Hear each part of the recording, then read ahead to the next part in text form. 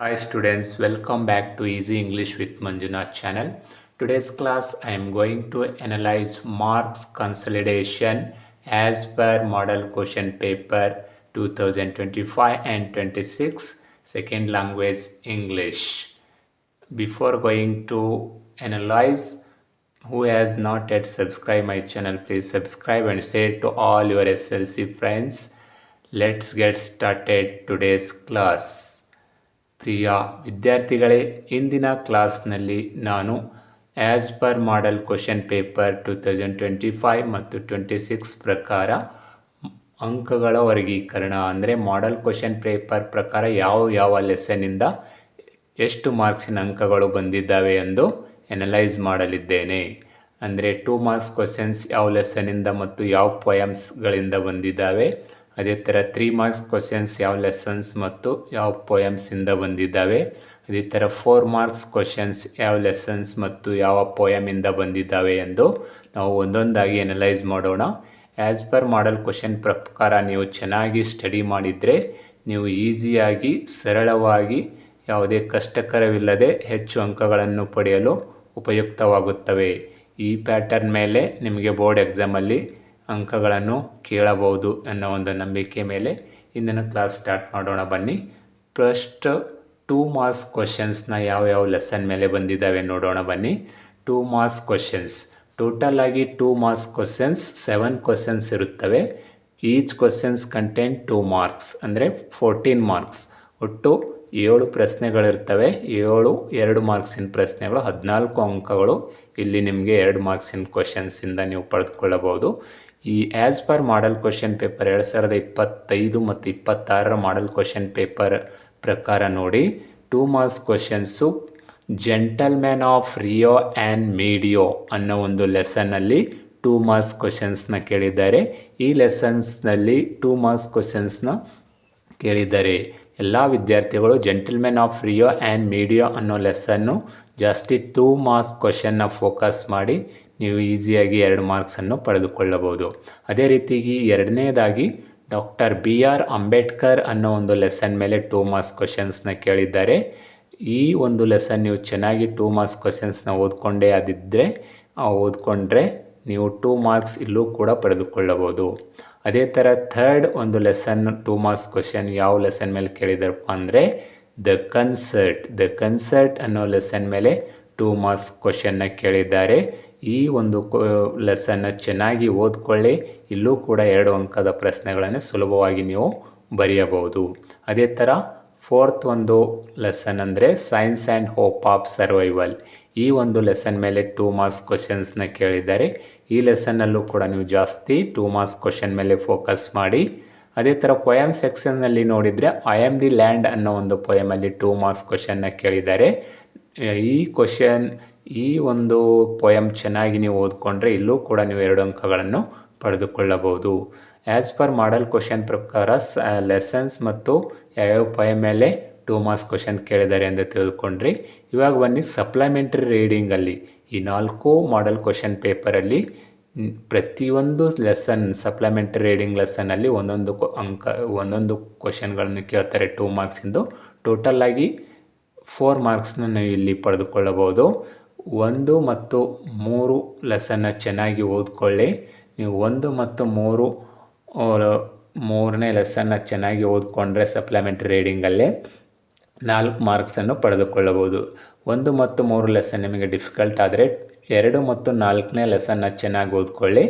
ಅಲ್ಲೂ ಕೂಡ ನೀವು 4 ಅಂಕಗಳನ್ನು ಪಡೆದುಕೊಳ್ಳಬಹುದು. ಟೋಟಲ್ ಆಗಿ ಸಪ್ಲಿಮೆಂಟ್ರಿ ರೀಡಿಂಗಲ್ಲಿ 4 ಅಂಕಗಳು ಪಡೆದುಕೊಳ್ಳಬಹುದು. ಅಂದರೆ ಪ್ರತಿಯೊಂದು ಲೆಸನಲ್ಲಿ 2 ಮಾರ್ಕ್ಸಿಂದು ಒಂದೊಂದು ಕ್ವಶನ್ ಕೊಡ್ತಾರೆ. ನೀವು 1 ಮತ್ತು 2ನೇ ಲೆಸನಲ್ಲಿ 2ರಲ್ಲಿ 1 ಬರಿಬೇಕು, ಆಪ್ಷನ್ ಇರುತ್ತೆ. ಅದೇ ಥರ 3 ಮತ್ತು 4ನೇ ಲೆಸನಲ್ಲಿ ಆಪ್ಷನ್ ಇರುತ್ತೆ. ದಟ್ಸ್ ವೈ ನೀವು 1, 3 ಲೆಸನ್ನ ಚೆನ್ನಾಗಿ ಓದ್ಕೊಳ್ಳಿ. ಇಲ್ಲಾಂದರೆ 2 ಅಥವಾ 4ನೇ ಲೆಸನ್ನ ಚೆನ್ನಾಗಿ ಓದ್ಕೊಳ್ಳಿ. ಅಂದರೆ 4 ಲೆಸನ್ ಓದುವ ಒಂದು ನೀಡ್ ಇಲ್ಲಿ ಯಾವುದಾದ್ರೂ 2 ಲೆಸನ್ ಚೆನ್ನಾಗಿ ಓದ್ಕೋಬೇಕು. 1, 3 ಅಥವಾ 2, 4 ಇಲ್ಲಿ 4 ಅಂಕಗಳನ್ನು ಪಡೆದುಕೊಳ್ಳಬಹುದು. ಅದೇ ರೀತಿಯಾಗಿ 3 ಮಾರ್ಕ್ಸ್ ಕ್ವಶನ್ಸ್ನ ಯಾವ ಲೆಸನ್ ಮೇಲೆ ಕೇಳಿದ್ದಾರೆ ನೋಡೋಣ ಬನ್ನಿ. 3 ಮಾರ್ಕ್ಸ್ ಟೋಟಲ್ ಕ್ವಶನ್ 2 ಬರ್ತವೆ, ಒಂದು ಪೊಯಮ್ ಮತ್ತು ಒಂದು ಲೆಸನ್ನಲ್ಲಿ. ಲೆಸನ್ನಲ್ಲಿ ನೋಡಿ ಹೀರೋ ಅನ್ನೋ ಒಂದು ಲೆಸನ್ ಮೇಲೆ 3 ಮಾರ್ಕ್ಸ್ ಕ್ವಶನ್ನ ಕೇಳಿದ್ದಾರೆ. ಭಾಳ ಸರಳವಾದ ಲೆಸನ್ ಇದೆ, ಆರಾಮಾಗಿ ನೀವು 3 ಮಾರ್ಕ್ಸ್ನ ಇಲ್ಲಿ ಪಡೆದುಕೊಳ್ಳಬಹುದು. ಅದೇ ಥರ ಪೊಯಮ್ ಸೆಕ್ಷನ್ನಲ್ಲಿ ಜಾರ್ಜ್ ಪೊಯಮ್ 2 ಅನ್ನೋ ಒಂದು ಪೊಯಮಲ್ಲಿ 3 ಮಾರ್ಕ್ಸ್ ಕ್ವಶನ್ನ ಕೇಳಿದ್ದಾರೆ. ಈಸಿ ಆದಂಥ ಪೊಯಮ್ ಇದು ಕೂಡ. ಇಲ್ಲೂ ಕೂಡ ನೀವು ಸಮರಿನ ಚೆನ್ನಾಗಿ ಓದ್ಕೊಂಡ್ರೆ 3 ಮಾರ್ಕ್ಸ್ಗೆ ಆನ್ಸರ್ ಬರೆಯೋಕ್ಕೆ ತುಂಬ ಹೆಲ್ಪ್ಫುಲ್ ಆಗುತ್ತೆ. ಈ ಒಂದು ಪೊಯಮಲ್ಲಿ 3 ಮಾರ್ಕ್ಸ್ ಕ್ವಶನ್ ಬರುತ್ತೆ. ಸೊ ಎಲ್ಲ ವಿದ್ಯಾರ್ಥಿಗಳು ಜಾರ್ಜ್ ಪೊಯಮ್ 2 ಅನ್ನೋ ಒಂದು ಪೊಯಮನ್ನು ಜಾಸ್ತಿ ಫೋಕಸ್ ಮಾಡಿ 3 ಮಾರ್ಕ್ಸ್ ಕ್ವಶನ್ಗೆ ಇಲ್ಲಿ ಸರಳವಾಗಿ 3 ಮಾರ್ಕ್ಸನ್ನು ಪಡೆದುಕೊಳ್ಳಬಹುದು. ಅದೇ ಥರ ಮೂರನೇದಾಗಿ ಈಗ ಎಕ್ಸ್ಟ್ರಾಕ್ಟ್ಸ್ಗಳನ್ನು ಯಾವ ಲೆಸನ್ ಮತ್ತು ಪೊಯಮ್ಸಿಂದ ಕೇಳಿದ್ದಾರೆ ನೋಡೋದಾದರೆ, ಲೆಸನ್ ಸೆಕ್ಷನಲ್ಲಿ there is a girl by the track ಅನ್ನೋ ಒಂದು ಲೆಸನ್ನಲ್ಲಿ ಎಕ್ಸ್ಟ್ರಾಕ್ಟ್ಸನ್ನು ಕೇಳಿದ್ದಾರೆ.